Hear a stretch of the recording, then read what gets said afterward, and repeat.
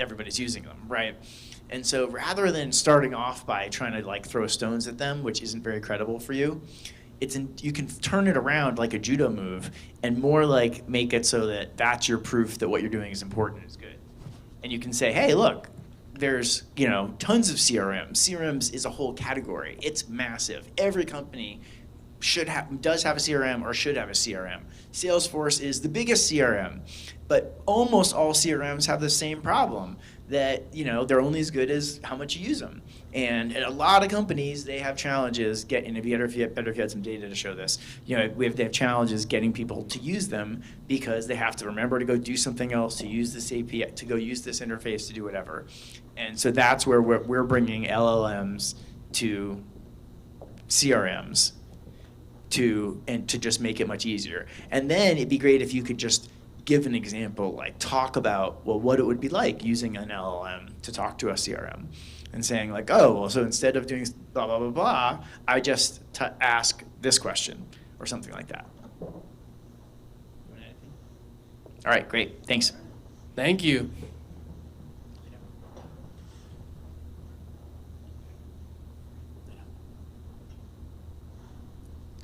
Hello. Before I start, thanks to Josh's feedback, we got second place in the Disrupt Texas, or they renamed it the Freed Family Competition. So thank you for that. Congratulations, that's awesome. Thank you. That was not thanks to my feedback, but maybe I'll take a little bit of help. But thanks to you guys doing a good, practicing and doing a good job. Nick helped a lot too. Okay, all right, I'll start with my pitch. Imagine coming home after a long day of work to find a pile of dirty dishes, an overflowing trash can, and an empty Brita. Especially for a digital generation, the awkwardness of having to confront your roommates often outweighs the mess itself, usually leading to students shouldering the burden alone or leaving it for the next person. The current task management solution makes up a $58 billion market. We have Asana for businesses, Canvas for schools, and Notion for individuals. But there's no solution specifically built for college roommates.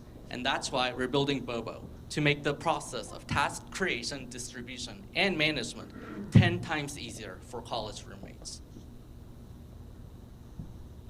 We're currently in talks with the American Campus Network to make Bobo our part of the move-in protocol. And going in the future, we can use our user data to help leasing offices make the perfect roommate matches all across the US. And with 19 million college students currently in this situation, our vision goes beyond college campuses. With a rising house of living costs and housing prices, there are currently 78 million young adults in roommate arrangements, a quarter of all US renters. But why stop there? As traditional gender norms blur, we can even extend to the 123 million families all across the US, redefining how chores are distributed in shared living arrangements.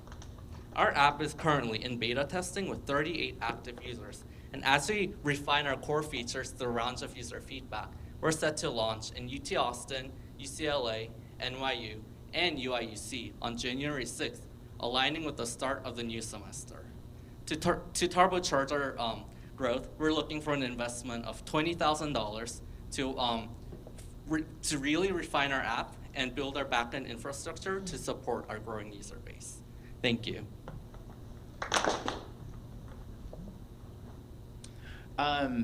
Great job.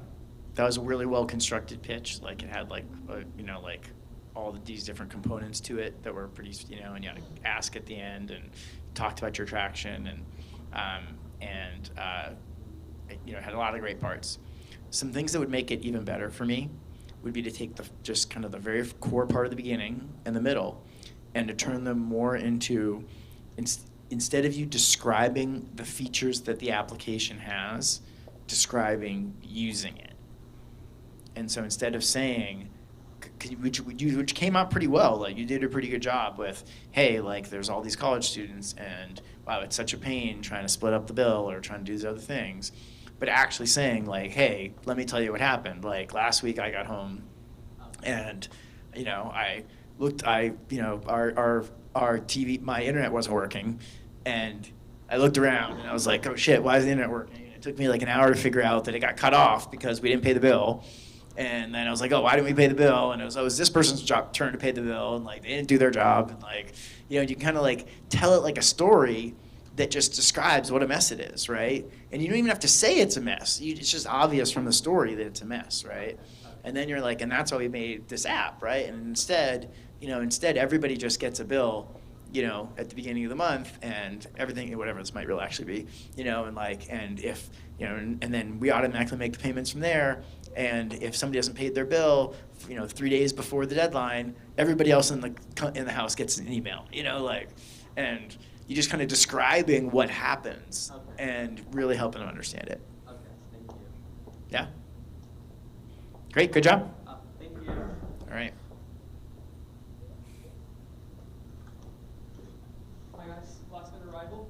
My name is Mona. It's very cool to meet you guys. So I guess I just have one question. How many of us have tried and failed doing an e-commerce like play?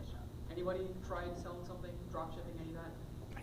Nice. All right, cool. I was gonna say me neither because I haven't, but here's the reason why. It's because right now getting into e-commerce is pretty hard for all people, right?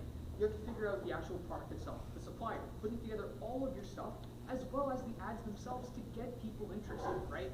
It's something that I struggle with, and it's something that I think any single person that's trying to get into dropshipping or e-commerce or any DTC offering struggles with. And it's for that reason that I run a consulting company. It's called Rendition. And so what we do is we help bring AI to help you actually run the paid ads for your DTC offering and bring your prospects from top of funnel to bottom of funnel. So that your companies are no longer struggling with how do we get people's eyes on our product and can instead struggle with how exactly do we make the best product for our customer and give them the best type of value possible. And so at the end of the day, with this offering, what we do is we completely take over your marketing department with doing your paid ads for you, your sales funnels for you, and giving your prospects the messaging that they need in order to want to buy from you with trust built even before you sell. And that's the one, and that's why Rendition is the way to go for any type of DTC offering. Great. Well, keep practicing because that's gonna keep making it better and better. I think the shift to a little bit of like, instead of starting with the buzzwordy AI stuff and talking about e-commerce and DTC is good. But still overall, there was just way too much in there. And it was, and I think you just got to really simplify it down a lot. And kind of like what I said with the last example, like really give an example of what the difference for the person using it's going to be like. And less of like, we do everything for you, which isn't very, like lots of people might say something like that. That's not super credible. Cool. I appreciate it. Thanks so much. Yeah. We have any more? All right. Awesome. Well, now let me invite Bob up. Bob, come up and you can take a seat next to me over here. Maybe grab the water on the ground for Bob too. Thank you. These are our microphones for the podcast.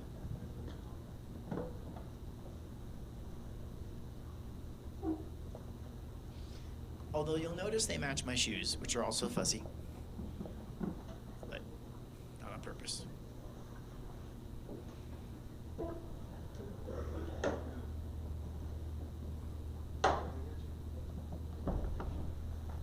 Awesome. Well, I'm so glad to have Bob here with us tonight. Bob is someone that is one of my personal mentors that I really look up to and has helped me a lot. And he also helped to start this class and has helped me run it for many, many years before he started other classes and then has continued to move on to keep doing other things. And so I'm really glad to have him here today. In addition to that, as you all saw from the video you had to watch in preparation for today, he recently was awarded the ACM Turing Award as one of, actually he gets a lot of awards lately, but as one of a really significant award. It's kind of like getting the Nobel Prize for geeks. So really, really significant. And you got to watch part of his acceptance speech for that. And while he's done a lot of different things, a big part of what he's being recognized for is for helping to invent and commercialize Ethernet, which really helped just create one of the main big foundations of the internet, which you heard about there in the video as well. I got to know Bob when he moved here to work at UT Austin. And he moved here to Austin. And again, we got to go teach a class together. And so Bob, I guess to start, tell me, tell our students, I'd love, because I gave them just the briefest bit of the introduction to your career. Can you tell us like your theory about your 10-year careers and what those different careers have been to lead you up to today? Hello. Can you hear me now? You guys hear me okay? Do you want to switch mics? Starting my sixth career. I'm off to a slow start. But my theory is change jobs every 10 years. Try to stay on the steep part of the learning curve, because down here is boring and up here is boring, but the interesting part is right here. And so I'm starting on a new learning curve. I got a job at MIT as a computational engineer because I want to write code. And but I've had trouble getting started. Two things stopped me. One was I got long COVID, which knocked me out for a couple of months. Then that went away, and then I won the Turing Award, which is a lot like having COVID. The Turing Award comes with lots of obligations to go visit people and do talks and be dignified. So I've been doing that. But that's beginning to, I still have to do India, trying to decide what to do about China. And then I'll start coding. I have a 2-page model of a geothermal well that I'm modeling. It's sitting there waiting for me to return. So that's your most recent career? Can I stand up? Sure. I mean, may I stand? Please. So there's a lot of different kinds of startups. And so I have a lot of experience with a variety of them, but I'm trying to, how can I be most useful to you tonight? Let's make this an Ask Me Anything. Yes. So you mentioned there's a lot of startups. Do you have like a pattern, like which ones tend to be the most successful, or something that really strikes an interest in you? No. There's 3 kinds of venture capital. I was at VC for 10 years. Those, I can hear no difference. Those who focus on the market, those who focus on the team, those who focus on the technology. Of course, the best ones focus on all 3. And it's very hard to pick winners. I went into VC thinking that because I had been involved in a very successful company, I could help entrepreneurs with their companies. And what I learned over 10 years is helping is not the right model. Choosing is the right model.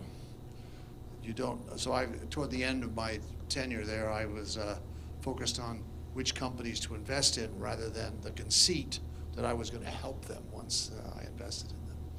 Yes? And what's your criteria for choosing the right company? I'm not sure I'm recommending this, I'll just describe it. I fall in love with the entrepreneurs. And then I have confidence that if they encounter an obstacle, they'll be persistent and smart and they'll go around it. And then second, I like to play with the technology and I like to fall in love with that. And my weakness is I don't focus that much on the markets, which are obviously very important. So the team is my answer. It should be a team. There's 2 models of entrepreneurship. One is the entrepreneur needs to be able to do everything. The other model is the entrepreneur needs to know how to build a team that knows how to do everything. I subscribe to the latter. Building teams rather than, it's a waste of an engineer to know about accounting. But there are some entrepreneurs who say, wait a minute, one of the things that you need to run a company is accounting. I better learn that. No, that's the wrong answer. So just real quickly though, and I agree with everything you said, but in addition to that, your first company, 3Com and Ethernet cards, was a big benefit to the market. Like you were part of an exploding market of PCs and of networks, right? Yeah. So Yeah, so my company, 3Com, helped build the internet. It was founded in 1979, and then we sold a lot of Ethernet, which is a networking technology for the plumbing of the internet. I just learned this recently. I hadn't paid attention to it. In 1999, the company's market cap, inflation adjusted, hit $70 billion. Wow. That's a decacorn. But only for about 11 days, because in 1979, the market went like this. The company went up to 70 billion, inflation adjusted, and then came right back down again. So it eventually sold to HP for $2.7 billion. After spinning off Palm, which was like an iPhone before there was an iPhone, and we spun it off. The company, which I wasn't there actually, so I shouldn't say we. My former company accidentally acquired this handheld iPhone-ish sort of thing. That division of the company then became worth more than the company, and no one could figure out what to do with that. And so then the company spun it off, and then the market cap goes down when you spin off. The market cap goes over here, and so it eventually sold for $2.7 billion. The coincidence is that when I started the company, I had $27,000 net worth. It's just the 27,000 is similar to the $2.7 billion that it sold for. So, but that's a ridiculous comparison. Yes. We know there's a difference between like a good engineer versus a good entrepreneur who has an engineering background. What are qualities of like successful entrepreneurs that distinguish them from just like a good worker kind of company? One, they don't believe in work-life balance. They know if you're going to start a company, you're signing up to just work forever. And so I always put that first in answer to that question. I'm going to now tell you the secret of success, not only in entrepreneur, but in everything else too. It's one word: listening. So that's what I look for, people who listen. And by the way, to listen, you have to stop talking. And so that's number one. One of the things I regret about my own career is I eventually became head of sales and marketing from engineering through a PhD, head of sales and marketing of a startup, and it worked out. A bad decision, you've heard of a bad decision with a good outcome. That's an example. Shoving an engineer out to do sales and marketing is not a good decision, but it worked out in my case that one time, and I had to learn really quickly. Other questions? Yes. Oh, what's just your biggest other piece of life advice in general? Like, what has brought you the most, like, joy and meaning in your life? Did you say joy? Yeah, like joy or meaning, like professionally or personally, like it could be anything. Which of all your careers? But let me answer a different way. Okay, I can enumerate my careers. That might be interesting. But we established quite early that every July we would have a company picnic. And I would go to it, and all the employees were there, and we'd eat hot dogs, and then we'd go home. So one July, I go to the picnic, and there's 2,000 people there. And many of them were children who would eventually want to go to school, college maybe. And then it hit me that those meetings we had on Monday to direct the company would eventually affect the lives of these kids. So that brought me meaning to your question, which is, I better stop screwing around on Monday morning, because look at all this responsibility that we had as we grew. And then we had 12,000 employees, so we had to stop having the July party, because you can't do a party with 12,000 people. I used to have a weekly all-company meeting. And one day our head of HR came to me and said, Bob, we can't do that anymore. we have 4 buildings, and you're going to have 4 all-company meetings. So every Friday I would go do an all-company meeting in Building A, then I would go to Building B, and then Building C, and so on. Is that responsive to your question? Oh yeah, like it sounds like your employees and like your impact in their lives is what brought you the most into it. Yeah, like, well,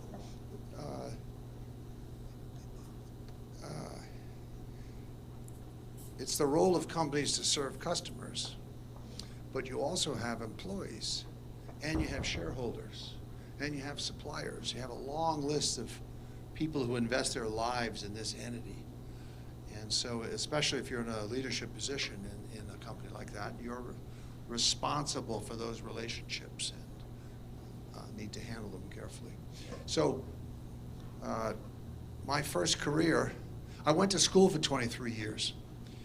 That doesn't count.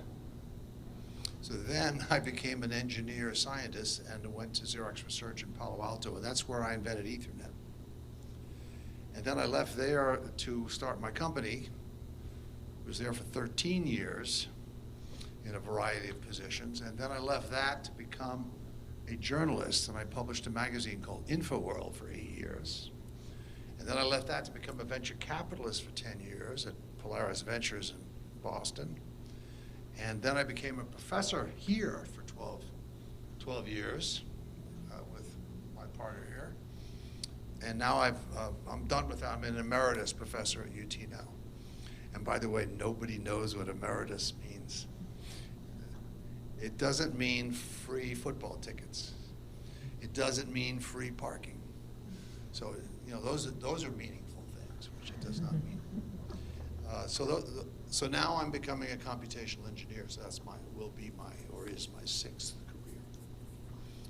And it's very hard. So, which of those was most rewarding? What's that? Which of those was most personally rewarding? I think the 3Com experience, just the sheer scale of it. And inside of 3Com, I was head of sales and marketing, I was chairman of the board, I was head of strategy, I ran the workstation division, I ran the hardware division. In the end, my last year, I was head of corporate marketing of a billion-dollar company. My job was to go around country by country and explain what our logo looked like. And so the 3Com subsidiary in France was not allowed to have a different logo. And they would argue, yes, but French people are different. So we need to call the company Toicom. I said, well, that's not the name of the company. So I did that for a year. I was a marketing vice president. That was my job. Where was I? I think that was it. Yeah, so within the 3Com experience, it was great variety. I learned a lot. Yes, sir. So why did you decide to come teach at? Why did you decide to come teach at UT after your experience at Venture Capitalist? So we lived in Boston, and my wife was an ultra triathlete. And Super I'd been hardcore. What's that? Super hardcore, like 100-mile ultra triathlete. And she got tired of working out in the winter in Boston. So she said, you've been a VC for 10 years. It's time to go to a warm place. So I made up a talk sharing the lessons of the internet in solving energy. And I gave the talk 50 times. But each time I gave it, I tried to meet the dean of engineering. And as I met all these deans of engineering, I pitched them that they needed a professor of innovation in engineering. And 5 deans thought that was a good idea. And one of them was the engineering dean at the University of Texas. So Robin and I had been bi-coastal. She's from Los Angeles, I'm from New York. And Texas was different. So our main reason for coming here is entrepreneurial activity. It's warm, comparatively. And we got an offer. That matters. You can't come here without an offer. And it worked out perfectly. And so for 12 years, I viewed my job as helping Austin become a better Silicon Valley. And then some people would say, we don't want to be a better Silicon Valley. Some might say we already are. I didn't mean better than Silicon Valley. I meant the Silicon Valley model is a good model, and we want to be better at it than we are. And they said, keep Austin weird. And I said, Austin, you do not want to have a weird contest with San Francisco. Next question. Sir. So I know that you mentioned listening is a pretty pivotal skill. Besides that, what would you say would be some skills that we can try and pick up while we're in college to make ourselves as successful as possible? A big thing is you gotta like people. And I didn't always like people, but my life changed when I started just liking people, being interested in them. So learn to like people, and if you're grouchy, want to work by yourself in a lab, you probably don't want to be an entrepreneur. You got to like people, so I put that at the top. Did that just happen, or did you like make a conscious effort? I made feel a like I could conscious use some work effort. there. In 1979 or ish, something fired, and I went from excessively judgmental, highly selective, I went to liking people. Yeah. And it was a very valuable thing. What'd you like about Nick when you met him? Nick? Yeah. So I Nick, challenge that. my first week at UT, Nick shows up, and he wants to start a company, and he had one, and it had a silly name and everything. You think tank. And so I was learning to be a professor, and here's a student showing up, and the next thing that happened is his mother showed up in my office. And I didn't know whether that was normal, that you would send your mother to go beat up on a professor, but she was my kind of person. She was a software sales executive. And so this is my kind of person, so we hit it right off. But she gave me clear instructions about how to handle her son and direct him towards success. That was at the beginning. And it's worked out pretty well. Worked out great. Look at me. So is there an you mentioned listening before as one of those things you look for. Anything else you look for in those you talked about learning to like people. Like you still must like some people more than others. Like what else makes them stand out?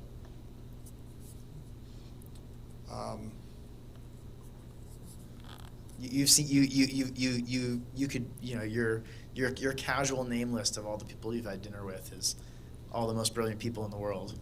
The quality of the people that you associate with is all important. So you need to be careful not to affiliate with bad people.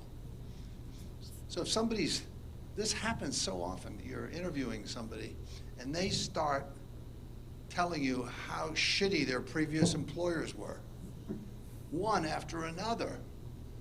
And pretty soon you go, so I'm the next asshole. Is that what you're saying?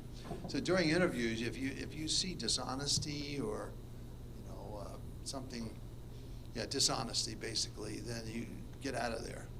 You want to associate with quality people. And quality is two dimensions. Some of it is ethical, but some of it is skills. That's a different case. So when you're starting a company, it's very hard to attract people. Why it's just you. Why would I want to join your company? And so I made some compromises in the early selection of people because I had to take the people who were willing to work at my company, and that wasn't the all-star list, mostly fraternity brothers. But then when the company started powering off, they didn't have the skills necessary to succeed. So one by one, let's say 5 of them, I had to let them go. I tell that story of I hired all my friends, then I had to fire all my friends. Right. And it's not But fun. there's I'm a still friends reason with a for couple it. of them. And the reason is you can't attract the people that you should be attracting. So by degrees, you begin to compromise. But the quality of the people you affiliate with is all important. So if you have two opportunities and one is with some shady characters and the other one is from not shady characters, take the not shady ones, because long term that'll benefit you. You know, with education changing so much and the value of education and the ways to get education, it would seem to me like, certainly in your case, of the prestigious institutions you've been part of, and certainly in my case, it's helped me. Part of the way I've surrounded myself, you know, one of the uses of the university, of this environment, right, is surrounding yourself with a whole bunch of really smart people that are going to go off to go do a whole bunch of things. Do you think that's... So 3Com was founded by a half dozen MIT Sigma News. I was a Sigma Nu. Yeah. And my immediate co-founder, Greg Shaw, was a Sigma Nu. And then Howie Charney, our head of manufacturing, was MIT Sigma Nu. And it went on like that. Our head of engineering, I played squash with. So he wasn't a Sigma Nu, but Larry Birnbaum, I played squash with. So those networks, so that, I guess that's another answer to an earlier question. Building a company is building networks. And I was just enumerating a network that I had built as an undergraduate. And then when I needed people, I knew them, but I knew who the good ones were, and I knew what they were good at, and so I recruited. But then it was Ken who was a mistake. No, that's wrong. For the 8 months that he was with the company, he was great. And then he ran out of runway. So he got to keep the stock that he had vested. So he made plenty of money when eventually we went public, but he wasn't our head of marketing anymore, because he and I saw that he didn't have the skill set or the inclination or the right texture to be the head of marketing of this company selling Ethernet cards. It was just a mismatch. His wife was a very high-end executive recruiter. He brought her to the exit interview to negotiate with me about how much stock he was going to get to keep. And, that would be scary. That's a little bit like Nick sending his mother in. Yeah. What's an example of, like, what are when you were selling Ethernet cards, you were, as you described in your story that we all watched, you were selling the future, right? You had seen the future at Xerox PARC, and you were able to come back in time to everybody else and be like, well, I know what it's going to look like once everybody has a computer. They're going to want to plug them all together. They're going to want to do all this stuff. And so, you know, you're able to bring that back, but you were kind of selling the future, and it was something. Who's selling the future right now? Like, what do you think what are the Ethernet cards of today? Well, is generative AI, the Ethernet card of today? The future. You don't have enough to just get more. It's not working. You need more. Well, it'll be interesting to see what happens to AI. If the normal cycle occurs, it's peaking right about now. And so it's going to run out of steam somehow. In 1968, my undergraduate thesis advisor was a man named Marvin Minsky, who was one of the founders of artificial intelligence. And by the way, he didn't think I was smart enough to do artificial intelligence, so he sent me into networking, which worked out in the end. So thanks Marvin. But since '68, which is a long time ago, AI has come and gone, 3 or 4 times. Kind of like VR. Like what? Virtual reality. Well, VR is down now. But it comes up. It'll come back. Yeah. My analysis is AI, in each of those cases, ran out of data. Data. Didn't I just hear that? Data. Yeah. Well, AI ran out of data those previous times, but I don't think it's going to run out of data now, because we have the internet now, and we didn't have the internet then. So one could be more optimistic and hopeful about the prospects for the various kinds of AI. I looked at all the websites of all the departments of computing and computer engineering, and looked at the faculties of each of them, page after page, and I looked at what their interests were. Every last one of them had machine learning in their resume. That can't last. So there'll be some settling down. So to put it in perspective, though, just because something might be peaking and might crash, or might reset, the internet did this, Yep. right? And for me, that I don't know if you remember it the same way I do. You have a bigger perspective, but for me, that was 1999, 2000, right? I was graduating from college, and 1999 was right now with generative AI. It was like I'm gonna make a website and sell anything on it. And then everything crashed, right? But it wasn't that the internet was a bad idea. It wasn't that the internet was fake. And by It the way, wasn't, it's not true that everything crashed. well, there was a big Google, crash. for example, did not crash. Right, a lot crashed. Would you say it didn't? What's that? Would you say it didn't crash? Google. Yeah, did Google exist? Yeah, it was founded in, what, 90? Okay, so yeah, I mean, people were still, and email, and my business at the time was email marketing. Email marketing in 2000 boomed. Online marketing actually did really well. But overall, a whole bunch of this crashed, and everyone said, "Oh, I told you so." They said, "Oh, no one's ever going to buy a car over the internet. No one's ever going to stop reading newspapers. No one's ever going to buy dog food. No one's ever going to get their groceries over the internet. Oh my God, never, right? Right? I mean, that was what everybody said in 2000 when it crashed. And of course now, 20 years later, we do all of those things. And so, even though it did go up and crash, it doesn't actually mean it was all fake. So the bigger point there has to do with timing. Yeah. Timing To your is data everything. point with AI. So the 3Com's Ethernet internet products were aimed at personal computers. And we were founded in 79. The trouble was, in 1979, there were no personal computers. Apple had been founded in 76. So they had shipped a pitiful number of PCs. IBM had yet to announce its. So here's poor 3Com with PC product, only the customers didn't have PCs. So timing was everything. It's like you're building products for people who live in outer space. Nobody actually lives in outer space right now. Someday they will, but So we had to figure out how to stay alive long enough for it to come back. And it did come back, and we prospered. And we did figure out we sold our products to mini computer users as an interim step, and then workstations. And then I remember our competitors drove us out of the workstation business into this new business called personal computers. And it went boom. And there's nothing more fun to being at a company that's just going boom. Although you can overdo it. On some quarters we overdid it. You grow too fast and the wheels come off your car. You can't support your customers and you run out of product. And so you don't want to either under or over forecast, because both of them don't feel good. But anyway, we figured out how to stay alive. One of the things we figured out is we were trying to sell our products to people who were used to buying from IBM, which was the dominant computer company.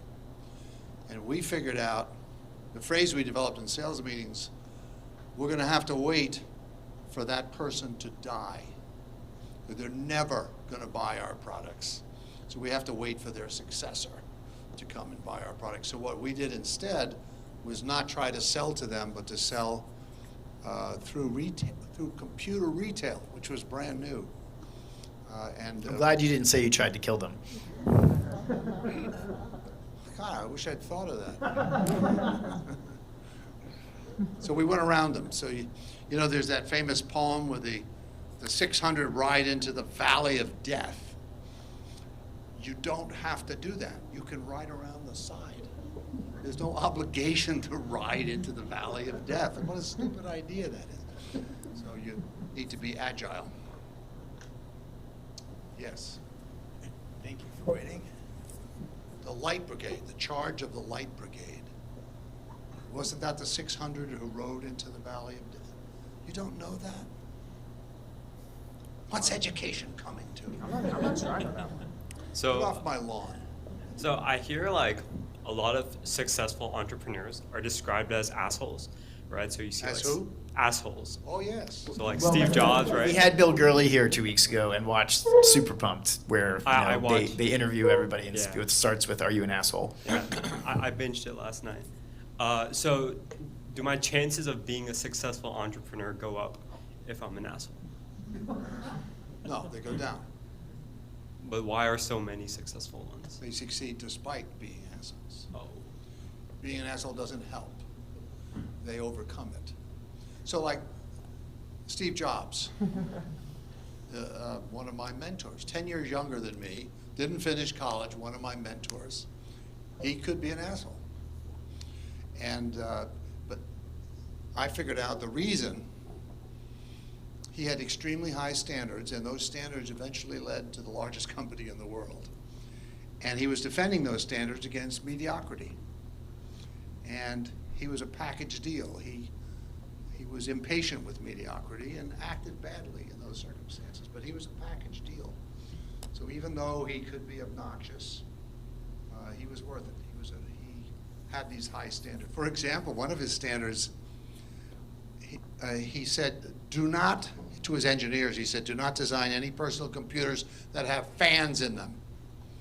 Don't want fans, because fans make noise and they annoy our customers, and I want our customers to have a quiet office. So the engineers for several generations of Apple products made computers without fans, but the processors kept getting bigger and bigger and hotter, and the amount of memory kept getting, so the engineers are struggling to produce Apples that didn't have fans. But they found a fan that didn't make any noise. And so they designed it in, but they carefully never called it a fan. They called it a banana. So they shipped these products with bananas in them. And the idea was to avoid Steve. Steve didn't know they were bananas. Anyway, they outmaneuvered Steve in that one case by shipping bananas instead of fans. But the no fan thing is an example of Steve having very high standards. His conception was the customer needs a quiet office, and we're going to have it. And so don't put any fans in our computers. And that persists. I don't know if any of you are big Apple fans, but you look through their products. They still many of the products that where other products in their category have fans, they are able to design them without fans still, and still able to pull that off. Sir. I guess I'm just wondering if Ethernet is in literally Ethernet is in literally every single device today, right? So when you first had the idea and you wanted to start integrating that into all the different ports and stuff, right? What would you go and tell the companies? Like, say I'm a company that's designing a computer, and then you want to be like, okay, we have this idea, Ethernet, put it in the computer. What were those meetings like to like just go talk to the people and get Ethernet into their devices? I'm going to tell you a secret, and it's a brilliant secret. IBM attacked Ethernet.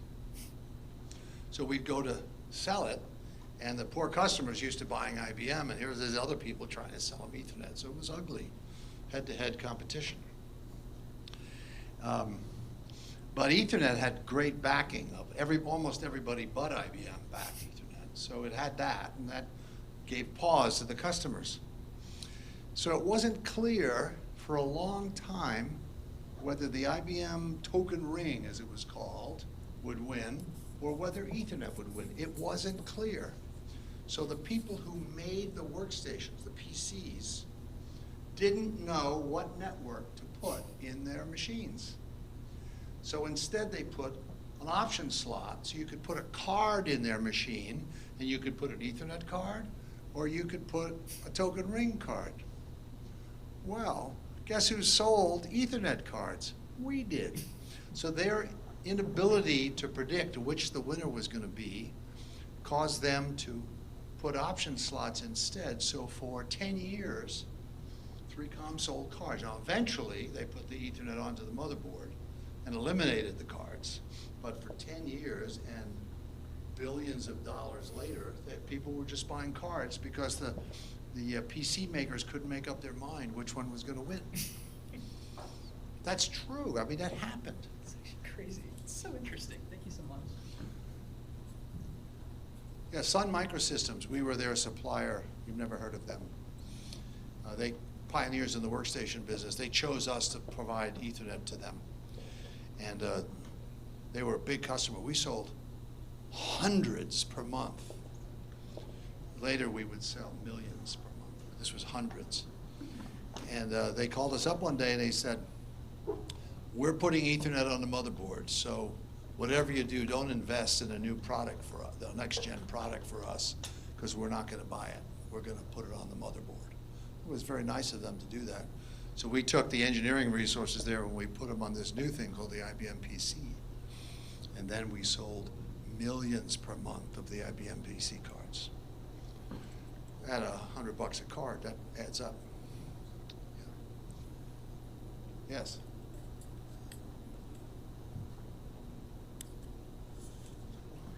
What do you think separates high-performing people who just kind of climb through the corporate ladder versus those who kind of make a name for themselves? And how do you think people can try and make that jump? Because what often happens, and something that I've noticed in McCombs, is that like it's kind of just churning out employee after employee, and I just wonder like where's the skill gap where those people who are at that level that are kind of jumping to doing their own thing, making a name for themselves versus just being a very, very successful faceless employee. Did I explain that properly? What are you worried about? I guess like what are the ways to kind of separate yourself and make yourself top talent and jump from just being a good employee to someone who can make a name for themselves? Okay, so I went to all the best schools. I have all the degrees. I then worked for Xerox Corporation for 8 years. Got performance reviews every year and got raises. So I guess I was a well-performing employee. And then since I was working in Palo Alto, it was natural for me to leave and start a company because of the culture. I guess what I'm partially answering is there's a culture answer in addition to the personal choices answer. And so I made the transition from well-behaved Army member, or as Steve used to say, it's much more fun to be a pirate than to join the Navy. So I was in the Navy, and then one day I wrote a letter of resignation. Actually, 7 months notice I gave Xerox. And I left without knowing what I was going to do. But everyone around me was starting companies, so it felt safe. Like if my company failed, I could always go back to Xerox. Xerox might take me back, or Apple might take me, who knows? So I'm not answering your question, but that happened. I'm an example of somebody who was a good. I finished college. Steve dropped out his sophomore year. I finished undergraduate, and I finished grad school. I was surrounded by people like Gates and Jobs and so on who didn't finish college. All right, tell me more about what you're worried about, though. I don't think I answered your question. No, I think you answered it pretty well. It's just like, I feel like it's so easy to just get caught up in, for example, like my goal is to try and go to one of the big 3 consulting firms, get an MBA, and then hopefully try and start a company after that. But I just feel like it could be so easy to just get stuck in the corporate world and maybe just keep working at, I don't know, like BCG forever and just like never get an MBA or never get out of that. Well, that's certainly a hazard, but in my own family, I went to Xerox for 8 years before starting my company. My wife worked for Sunset Magazine for 8 years before starting her consulting company. My daughter worked for Facebook for 8 years before becoming a venture capitalist, and my son worked at Apple for 8 years before he's now in a software startup. So we, it's a coincidence, had 8 years of post-grad school by going to work. But there is a hazard that once you get into the path, and it's a good life. I mean, being a highly paid consultant is not it's exhausting, but other than that. But there is a hazard. Occasionally people say, I'm going to drop out of school now. That's one thing that Nick's mother wanted me to do. Be sure he didn't drop out of school to start a company. You're going to drop out of school to start a company. And they say, yeah, but I'll come back later. That never happens. Nobody ever comes back. So when you leave college or that the stream of higher education. It's extremely never say never, but it's extremely unlikely you'll ever come back. So you need to consider that. Don't fool yourself to think that you're going to come back, because my machine learning algorithm indicates that that is a bad bet. Yes. Oh, has there ever been a time in your life where you've been stuck on like what to learn next or where to pivot next? And how did you push past that like period of time? You were kind of just there, right? Coming out of UT? Yeah. One thing I never did was proactively choose. Like perform a study, develop the 4 alternatives, choose this one, go do that. No, nothing like that. In each of the cases, it was sort of a natural transition. A place, like for example, I just left Xerox, and I got a call from a friend of mine at MIT who owned a publishing company. And he said, InfoWorld magazine needs a publisher. Why don't you do that? I had no publishing background, but I took it because it sounded interesting. By the way, we discussed the title. I wanted to be CEO and publisher of InfoWorld. I like the word publisher. And he said, you don't want to be publisher. Publisher is the head of sales. You'll spend your whole life on Madison Avenue groveling before ad buyers. Don't do that. I said, yeah, but I want to be publisher. So he said, okay. So he made me CEO and publisher. And guess what? I spent the next several years on Madison Avenue sucking up to ad buyers who all they wanted to know was how many readers do you have? And he was right. I really shouldn't have been the publisher. Publisher was the code word for head of sales of a magazine. It's not a universal term. Oh, so back to your question. I sort of fell into them. Each one. True. Yeah, the Start 3Com one was just Silicon Valley. That's what you do. You leave your company and you start a company. And the 13 years later, I left the company to become a journalist, writing a column. I wrote a column for 8 years. I had 1 million readers every Monday morning, 1 million people. That was probably a lot harder then. What's that? That was probably harder to have 1 million readers then without the internet than now. Right, these were print readers. So they either subscribed or they read somebody else's copy. And it was worldwide, 90 countries. And so every Thursday night I wrote 605 words. They would be reading in print on Monday morning. And that was scary. And I got in trouble. I made predictions that didn't come true and annoyed a lot of people. But it was harder now. Now 1 million doesn't seem that many. But back in the print days. On the other hand, I was publisher, which meant I was selling ads. I sold a page for 30 grand. And my favorite sale was a spread 51 times. We were published weekly 51 times a year. So when I went out selling, I was looking for a spread 51 times. Oh, 4-color. 4-color spread 51 times. That's a multi-million-dollar sale. And it was fun to do.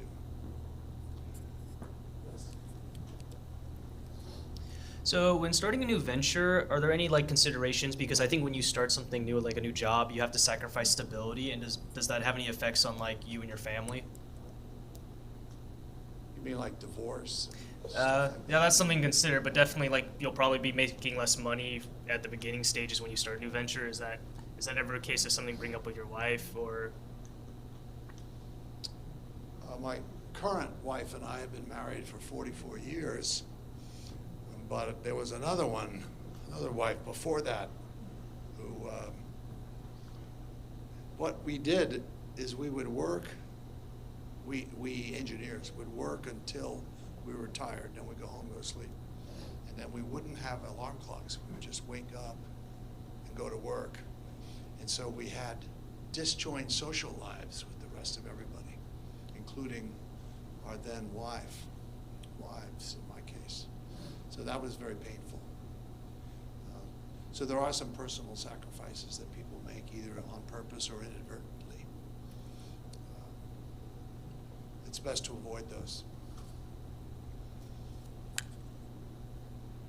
Oh, you mentioned like how talking negatively about previous employers and like bringing that negative energy is a sign that they're not the best entrepreneur. What are like other signs that show you that someone, like what are other negative qualities in entrepreneurs basically that you notice? Well, sometimes you run into folks who just have unrealistic expectations, like they want to run the company. That's a key one. And that's a motivation for starting a company, is because you want to run something, and God bless you. But if you're talking to me about investing in your company, well, that's different. So investors generally don't want to hear that you want to run the company. They want to hear that you want the company to be successful. And if that takes you not running it, as happened to me, so I was CEO and major shareholder for a couple of years before we recruited my adult supervision, Bill, and he became the CEO. And it worked out. And I didn't storm out the door that day, although I was tempted. I became head of sales and marketing. So so there's a key. So I'm talking to somebody and they say, what I want more than anything else in the world is to run this company. I'm tired of being told what to do by a boss. When I think of, I'm sorry, when you start a company, you have 100 bosses. You don't eliminate bosses by starting a company. Every customer is a boss. Your employees are bosses. Everybody's a boss. That's a really bad reason to start a company, is because you don't want to have a boss. It doesn't happen that way. Next week, when we have Jason Cohen here, he'll talk about his story. And he started out as the founder and CEO of WP Engine. They then since have recruited another CEO, Heather Bruner, who's one of the best CEOs I've ever worked with, even though Jason is one of the best entrepreneurs I've ever worked with. And he's held many roles since then. He's been the CTO, he's had engineering roles, he jumps into all kinds of stuff. He's super involved, and he's still the founder of the company, but he's not the CEO. So I lived in Palo Alto on the street where all the venture capitalists were. And so I had breakfast, lunch, and dinner with all of them for 2 years before starting the company. And what I learned from them is there are 3 reasons that companies fail. One is the uncontrollable ego of the founder. One is a lack of money. That's self-serving advice. And the third thing is, do you want to run the company or do you want it to be successful? And so then when I went to raise money, I said, I am dedicated to having a successful company, even if I don't run it. I said to them, and they loved that. They ate it up. And I'm here to raise money, so I'm not going to have that problem. And I'm sorry, I missed one. Focus, lack of focus. That was probably our biggest one. So focus, lack of money, uncontrollable ego of the founder who wants to run everything. Those are poison. So I turn those around and I put them in my presentation. And so that's a general rule. When there's some objection to your proposition, you should be the one who introduces it. Don't let them introduce it. So rather than have them ask me, well, do you want to run the company? I beat them to the punch and I put it in a slide. And eventually it happened. Eventually we recruited Bill. For a while there, I thought Bill was going to be president and chief operating officer, and I was going to be chairman and chief executive officer. That lasted 1 year. And then suddenly I became VP of sales and marketing. There's another version of that story, which is, do you want to be rich or king? What's more important to you? So speaking of Steve Jobs, he's famous, right? Yes. CEO of Apple. Yeah.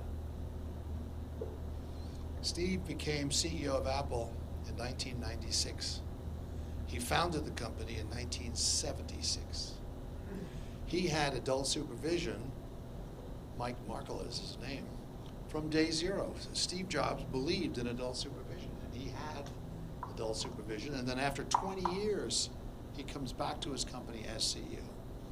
But it was only after 20 years of on-the-job training that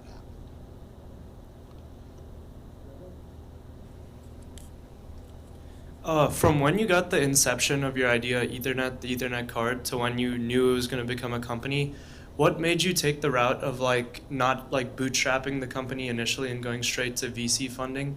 And was there like a point of distinction that you just knew you needed to raise venture capital? So we started out bootstrapping, consulting.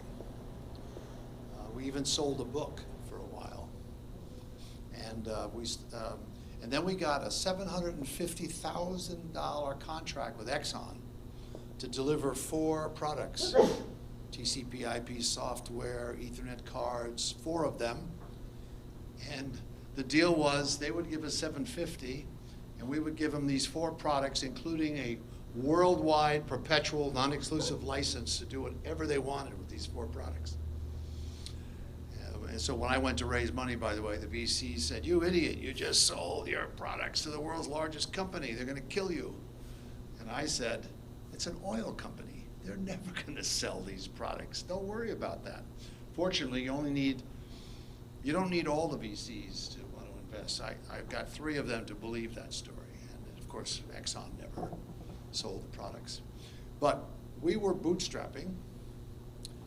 And then I started reading in the newspapers interviews of a guy named Ralph Ungerman, who invented Ethernet and was the first one to sell software that was internet related. That was me. He was lying. He was taking credit for stuff that I did. But he had venture capital, including Kleiner Perkins, which is the monster.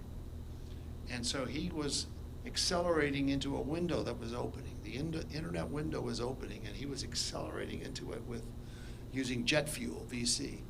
So that's when I decided we had to raise money too, and eventually we passed him, and he reached a miserable end.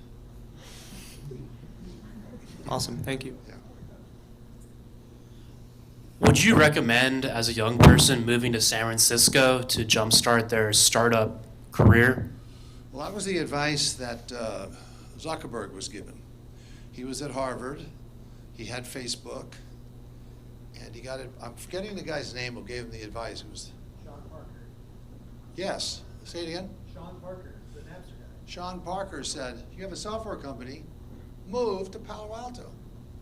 So Mark up and rented some space on California Avenue in Palo Alto, and boom.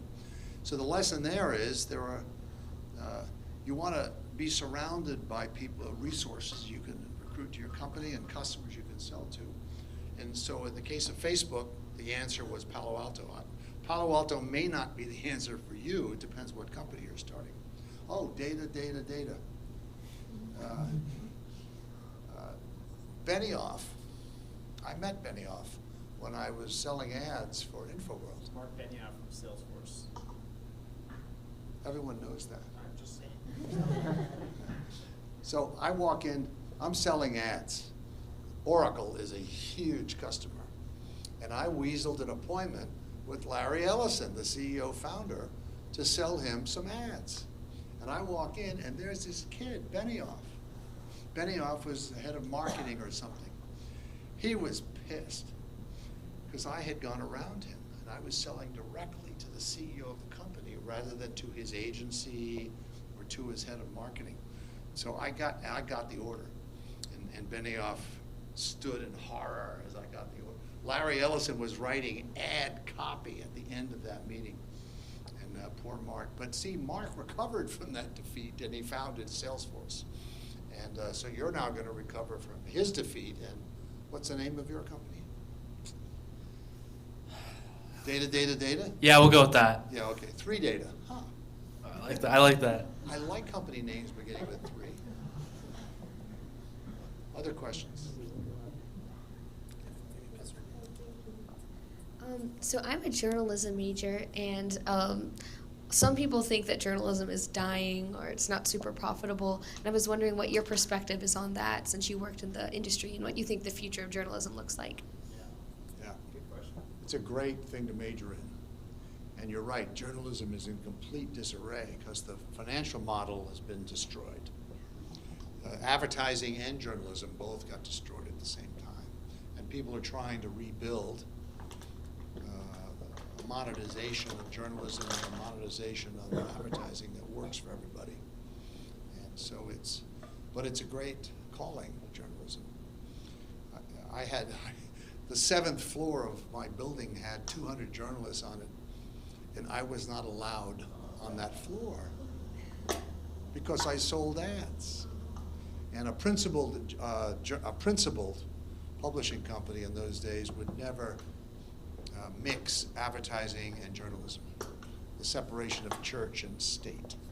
So you're a state, so stay away from, no, you're a church, stay away from state. So I wrote a column, which is a weekly column, so I considered myself a journalist, but the news desk didn't. News people don't consider commentary people to be true journalists. So I had to live with that. Plus, I wasn't allowed on the 7th floor, which was terrible. So good choice, but you're right, it's going to be a tough slog. I've got one. So you talk a lot about Xerox PARC. Can you tell us a little bit more about what happened there and its role in Silicon Valley? Xerox invented copiers and patented copiers and had a monopoly on copiers. And so it made a ton of money. And so they decided they wanted a research center, another one, and they chose to be near Stanford in Palo Alto. And they started the Xerox Palo Alto Research Center, at which the personal computer was born. That's a highly controversial statement. So we managed to, so Ethernet, the internet prior to PARC was dumb terminals connected to mainframes. And around the time of, and to some degree at PARC, personal computer got invented. And Ethernet is a personal computer network, not a dumb terminal network. And so we, by building Ethernet, we helped personal computers blossom, which they did. And then Xerox famously fumbled. In fact, there's a book called that. What's it called? Word fumbles in it. And didn't exploit its developments as much as it should have. So Apple Computer, for example, did. Apple and Microsoft both exploited the developments at Xerox PARC. At one point, Apple was suing Microsoft for stealing the technology that it had stolen from Xerox PARC. And we got to watch that happen. Bitmap, prior to Xerox PARC, the only thing you saw on your screen were green characters, mostly uppercase. And suddenly, bitmap displays came in with the Alto, which is the name of the PC we did. And the Alto had a big bitmap display. And you could do pictures, like cat pictures and dogs and anything you wanted, not just dumb terminal characters. So PARC still exists, but it's limping around now. What's the closest thing to PARC now? Closest thing to PARC are the research centers of Google and Facebook. Only monopolies, in my opinion, only monopolies can afford research. But it's not a good idea to have our research done by monopolies because once they develop something, they're not very motivated to pursue it because they're already a monopoly. Why would they bother? So I think we should do our research centers at universities. And the principal reason is universities graduate students, and students are the vehicles for innovation. That is a 2-hour course I just gave in 3 sentences right there. In other words, why research should be done at universities instead of monopoly labs. I was just wondering if you have any hypotheses or predictions relating to like the healthcare or space industries, just because like you've had a lot of accurate predictions in the past. I'm not sure I heard you. Is space? You're talking about space? Like outer space and healthcare, those two industries, what do you have any like predictions for the future relating to those? I'm not expert in that. Healthcare is seriously broken, and it's about to get fixed, but I don't know how it's going to be fixed. It needs to be fixed. And as for space, I have a Starlink in a box in my garage, and it's going to be installed soon. The reason it's not installed yet is it has to be up on the top of the roof, and I have a rule: I don't go on ladders. So I'm trying to find somebody who will get on a ladder and put it up there. But space isn't a big market. There just aren't a lot of people out there, buying stuff. The Martian market is really limited. There's, like one buyer, maybe two or maybe three, so it's a special kind of marketplace. But what Elon did to space is just fabulous. Completely broke it open and made it competitive and exciting and interesting. I love that he expects to die on Mars, but he hopes not on impact. Question. For us student founders, if we have like a good idea, would you say recommend that we like learn how to execute that ourselves, or like would you recommend that like we try to find a co-founder or a different route? First thing you do is find a co-founder. The first person you need to convince is yourself.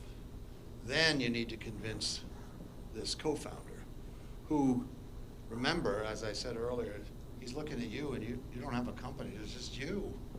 I'm supposed to leave college and join you, and you don't have anything. You don't have any money. But if you can convince a co-founder to join you, you must be onto something.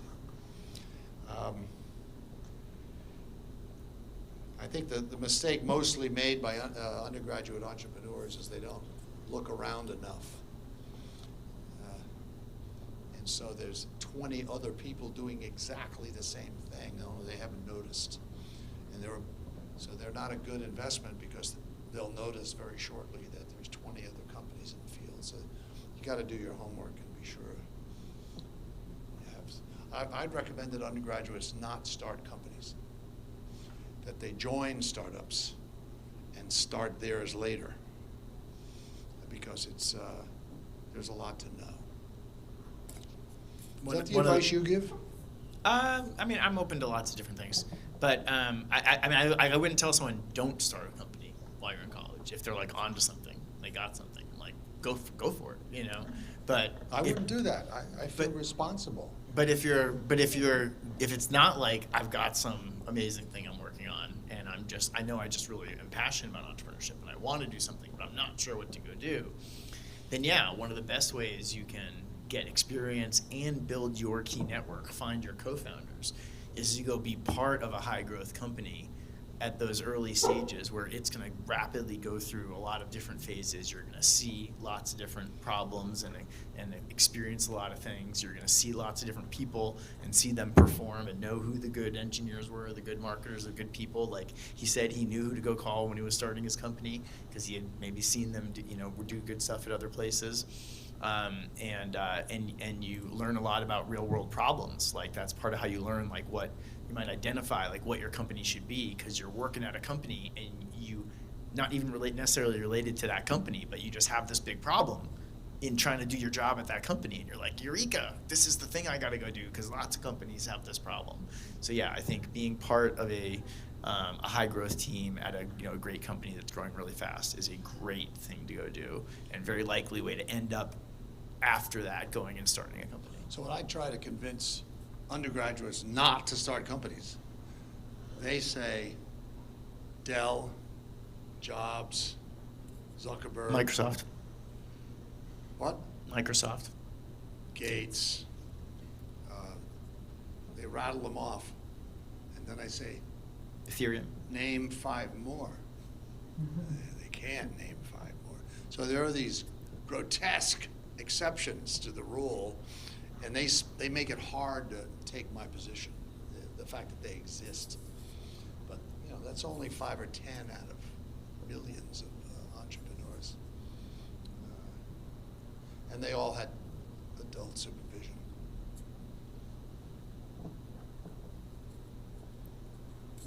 Yes. When did you create Metcalfe's Law, and like how did it become so like well known and prevalent throughout the industry? So here we are at 3Con with Ethernet cards to sell, and nobody has PCs into which to plug them. Serious sales problem. So we made a 3-node kit, 3 cards and a diskette. So you take your 3 IBM PCs, you put a card in each one, you run a cable among the 3, then you load the software on the machines, and then you can do printer sharing. You put a printer on one of the PCs, and then all 3 of them can share it. And you could put a hard disks were rare in those days. You could put it on one of the machines and share it among all 3. Printer sharing, file sharing, and email. You could send or receive an email to anyone else on this 3-node network. And we started selling it for $3,000, and a year later our customers came back and said, this 3-node network does exactly what you said it was going to do, it's just not useful. So not useful is not a good thing for your products. So I made a slide. The slide, and by the way, this is before PowerPoint, so this was literally a 35mm slide, showing that the cost of the network went up linearly with the number of my cards you bought. But the number of possible connections, which I said was the value of the network, goes up as the square of the number of nodes on the network. And so the reason that your network is not useful is that it's not big enough. What's the remedy to that? Buy more. Buy more of our products. So we, I remember I went to the store and I got 6 copies made of that slide, because that's how big my sales force was. And I personally inserted that slide into each of their carousels. You know what a carousel is? I put the slide into the 6 carousels, and out they went, told our customers. And our customers believed them. And they bought more of our products. And we went public shortly thereafter. That was 1984. In 1995, a man named George Gilder saw that slide, and he said, I'm going to call that Metcalfe's Law. And he did, and so I've been defending it ever since. Why not? Which is more broadly also known as the network effect, right? That the value of your network goes up by the square. Well, as Metcalfe's of the Law nodes. is a particular quantification of the network effect. It's the quantification of the network effect. Thank you. Square. Yes. Square of the number. And there's a, I'm sorry, I interrupted you. No, please. So I've had 20-some years, 30-some years, I forget how many, professors and grad students quibbling with my law. It's not the square. It's n to the 2.1, or some optimization like that. Nobody cares. Nobody cares. It's a vision thing. Yeah.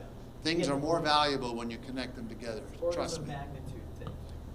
Yeah, may not be squared. Who knows? But by the way, I've also written a paper which fits that model to the first 10 years of Facebook. So there is some data available to support Metcalfe's Law.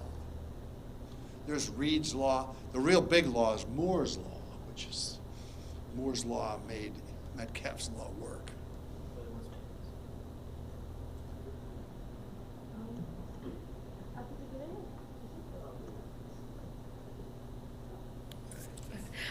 At the beginning of class, you said something that was really interesting. You were like, I don't really look at the market. I didn't hear that. I don't really look at the market. Yes, I said that. You said you don't really look at the market. Should I withdraw that? No. I just wanted to like kind of pick at that. Considering you said that, nowadays everyone talks about AI. Everyone talks about tech. Pretty much anytime they want to kind of like blow up something, they kind of slap AI onto it, and they're like, well, I have links to AI. Do you think that if at this point in time, and with how ventures have gone, do you think that if somebody isn't in AI or tech, that they can't really make one of those like Forbes top 10 companies or like make it up into those high-ranking numbers? Well, you may have seen that multi-billion-dollar investments are being made today by Google, Microsoft, Amazon. They're all making those multi-billion-dollar investments. So you better be, if you're going to start a company in that space, you better be careful. I heard that, who's raising $20,000? I want to argue with you about that. $20,000, not $20 billion. So there's a different game being played there. And there are going to be some negative consequences. Some of those billion-dollar investments are going to be worth nothing shortly. I don't know, but I don't know which one. By the way, the problem with 20,000, it's not small enough and it's not big enough. I'll say 100,000. Same answer. But, Million? yeah, I've been an investor, and Sharks with lasers on their heads. yeah, 20,000. What is that? What are you going to do with that? So it should be more like either you should find a way not to raise money, like secretly from friends, family and friends, or you should raise more. But that seems like it's in an awkward, especially when there's multi-billion-dollar people wandering around. I loved your idea, by the way. But 20,000 doesn't seem like the right number. What do you think about that? I think, fundraising is milestone based. Fundraising is milestone based. And so, yeah, it's really about what am I going to accomplish with this $20,000 or whatever that amount is that's going to suddenly make me able to raise more money at a higher valuation, be worth more money. And so, yeah, usually, if you're running student competitions and they give out $5,000 grants and $10,000 grants, then maybe $20,000 is the right number to be looking for right now. But that's for getting a student idea to a concept, right? But if I'm raising money for a company, it's hard to imagine having any team of people working on something for any period of time for, it's hundreds of thousands of dollars as a minimum just to make something happen, to get anything to happen. And in general, you want to be thinking about it, again, very milestone based. We're raising this money to build our MVP and so we can show you what it is. Once we build our MVP, we're raising this next money to get 10 customers using it and to have data from that'll allow us to understand, who our market is better. We're raising this money to go acquire, this many customers to get us to, to prove we have product market fit, or to get to break even. Just like these kind of milestones are the best way to think about You actually it. said that you wanted to raise the money to build out your MVP. You said that. Engineers are paid, what, $100,000 a year? So how long would your 20K last? Not enough time to do anything on your MVP. See, it's just enough. Anyway, what he said.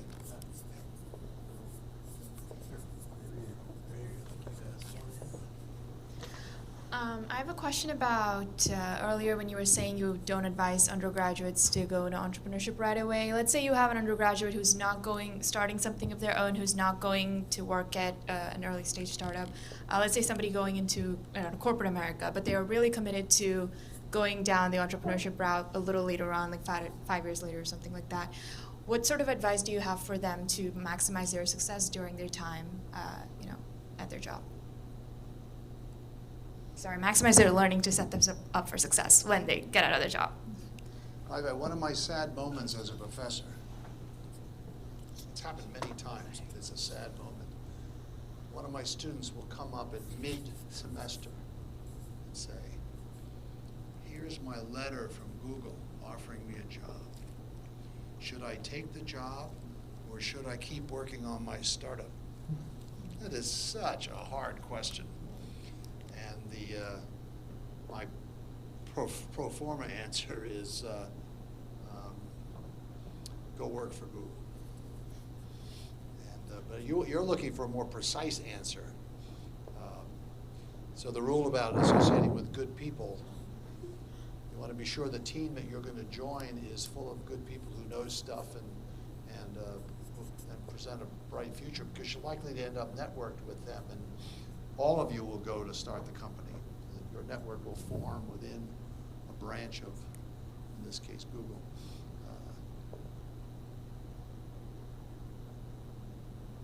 I got a couple while you're thinking. Yeah, go ahead. So, one, just definitely in these situations, especially in an interviewing situation, don't be afraid for you to interview them, and for you to ask questions of them. And that is not going to, in most cases, there could be an exception every once in a while, but for most normal companies and normal people and normal cultures, that is not going to offend them. That is going to actually make them more attracted to you. They're like, oh shit, this person's like, they're evaluating us. Like, they're asking good questions. Like, they must have options. They must, like, that's gonna make you look good. So one, it's okay to ask questions. And one of those great questions would be like, who am I going to be working with? Like, who am I gonna get to spend time with? Who am I gonna learn from? Who am I gonna get exposed to? Because that's a really good question. And in a really big company, there's lots of different jobs. And some of them you might just get stuck in a corner somewhere and like not really get to do anything or talk to anybody. And some of them you might get to do a lot more. And it just depends on what you're trying to go do. Also really dependent on the company and the culture. While you're there, don't let your title define what you think you can do. Or you don't wait to be given a title or for someone to tell you that you can go solve a problem or work on something or think about something. Again, the culture of the company matters. You have to be careful about stepping on people's toes and things like that. But in general, like stepping up and going and like doing something extra, solving some problem, getting involved in something that wasn't in your job description and not asking them to pay you for it first, but just going and doing it is going to really make you stand out and is going to help you learn. And then the last part would be just like asking lots of questions. Again, some companies are more transparent than others. If you are respectful about how you do it, that's how you maximize what you learn. Ask questions, ask for a meeting with the CFO and ask them to explain to you, explain to me how we decide how we do something like this or whatever. And, every once in a while you'll be in a place where you'll get, you that won't be well received. But most places, that's going to make you look good and help you get the most out of it. It should be fun. Yeah. If it's not fun, don't do it. And the reasoning is very simple. You can't be very good at anything unless it's fun, because you won't be able to put up with it. But if it's fun, you stand a chance of being excellent and thereby successful. We used to have a company meeting, as I mentioned, every Friday at 10 o'clock. It was the whole company. And Bill, my adult supervision, would run the meeting. He did a good job. And one day he invented a bonus system, where if somebody did something really extraordinary, they would get this award. And he called this award a Kadoo. So at these Friday meetings, he would give out Kadoos. And we were all, when the meeting was over, said, what is a Kadoo? What is that? And then we realized Bill was mispronouncing kudo. But this went on forever. No one could break the news to him that he was mispronouncing kudo, because he was the CEO of the company. So every Friday morning at 10 o'clock, we would all chuckle that Bill was giving out kadoos again. Anyway, we had fun. That was an example of fun. Time for a couple more questions. What are your thoughts on Sam Bankman-Fried and the FTX fiasco that's happened? You want to know a secret? Tell me. Sam and I are fraternity brothers. He was a Sigma Nu. Well, it was called Epsilon Theta. He was an Epsilon Theta at MIT. We lived in the same house at MIT. Of course, the Epsilon Theta house is working very hard to be sure no one knows this. They don't want to be associated with Sam. Yeah, that's poor. I could see how that happens step by step by step. Corruption is sort of an incremental thing. You get in deeper and deeper and deeper and deeper. So he's way deep, way deep, poor bastard. Well, he's going to spend a lot of time in jail, I figure. So you think we're done? What do you think? Someone have? Where we at? Any last questions? There's one right here. So you said. Okay. So you predicted the future way back when. I guess my question is right now. I want to also predict the future. So, what kind of things do you take as your paradigm for predicting that stuff and just coming up with that vision? It's like, how deep do you go in terms of like the pervading impacts of, say, a technology or a company or idea or just the philosophy, right? It's like, where do you begin with yourself when you're predicting the future, and how can I do the same? Well, we read a lot. There's lots of analysts out there analyzing the future. There's lots of reports. You can get them. They're online. Absolutely. Yeah, but when he talks about, part of when I heard you tell the story about, how you saw the future at Xerox PARC. It wasn't that he predicted it. It's that he surrounded himself with the people that were all thinking about the future and put himself in a place. PARC was a time machine. Right, and you can do that. There are time machines at UT. There are labs in places where people are working on the future, right? And so it's not that you have to predict it so much as like find it, go surround yourself with it, and then figure out the timing. When does that come back to the world? There's another question back.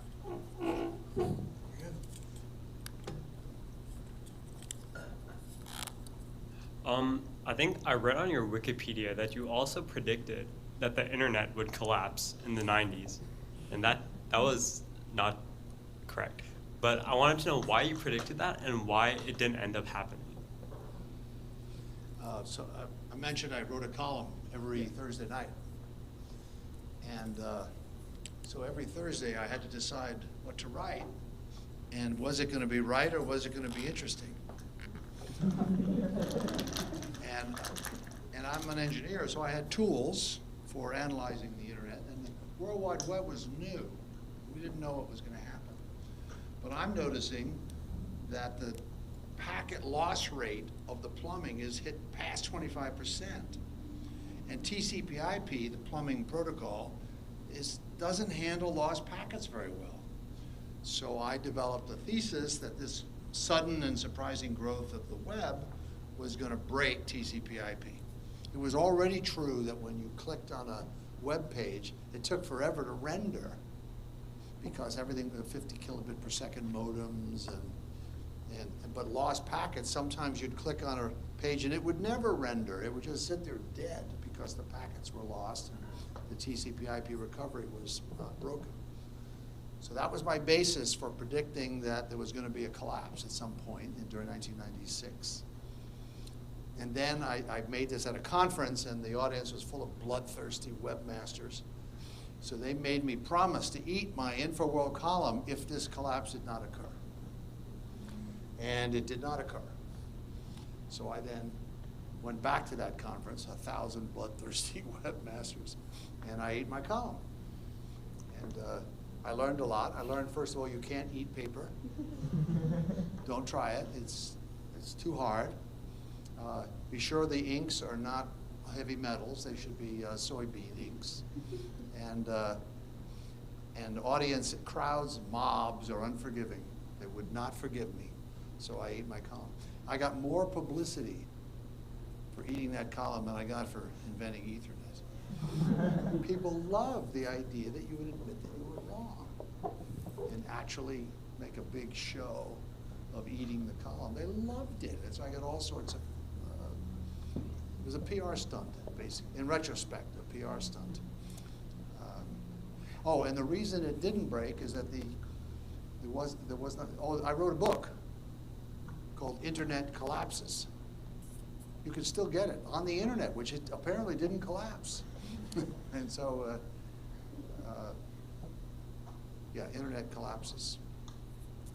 Well, that might be a good story to end on. I'm sure you guys will have some more questions for him after as well that you might ask one-on-one. But let's give Bob a big round of applause and thank him for coming to spend his time with us. Thank you very much. And we'll pop up the attendance slide here in just a second. And next week we'll be back with Jason Cohen. And Bob, you know Jason, don't you? He is really one of the, I say this with He can write. So going back to an earlier question, knowing how to write Yeah, he's a programmer, but also a writer, and really one of the best. I've worked with a lot of entrepreneurs, like 1,000, and he's one of the best entrepreneurs I've ever worked with. So I'm really excited for y'all to meet him. So we'll see Jason here next week. See you later. Thank you, Bob. Yes. Run up.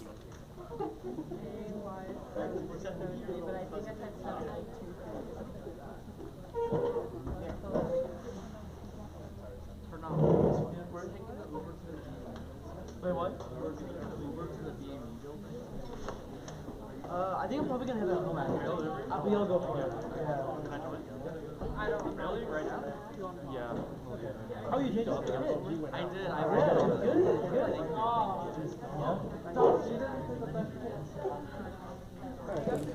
Good. Hey, I'll take some pizza. There's lots of pizza. If you might have friends who want pizza, take some for them.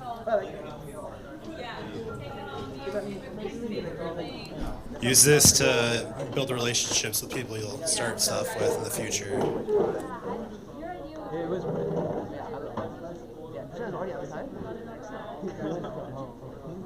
Also, shouldn't have to remind you, but throw away your trash if there's anything on the ground. And if you see something from a classmate, pick that up too.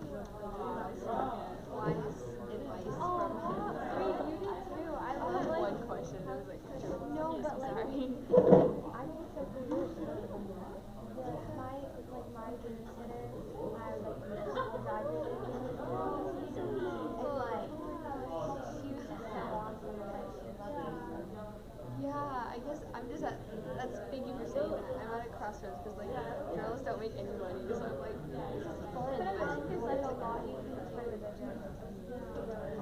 Yeah, maybe it'll have to do like, you can really go into I'm in business, but I'm like,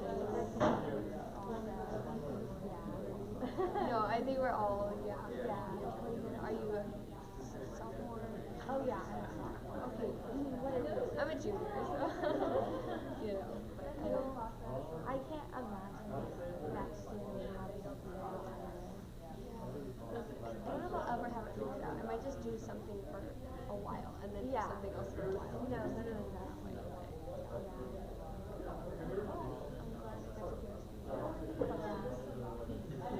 I was just looking at because there's some people who are like in this class that haven't come like at all when they're before, or like they showed up like basically once every 4 classes. And then how do you do that? I don't know. Speaking of, I think I need to get this from this because I didn't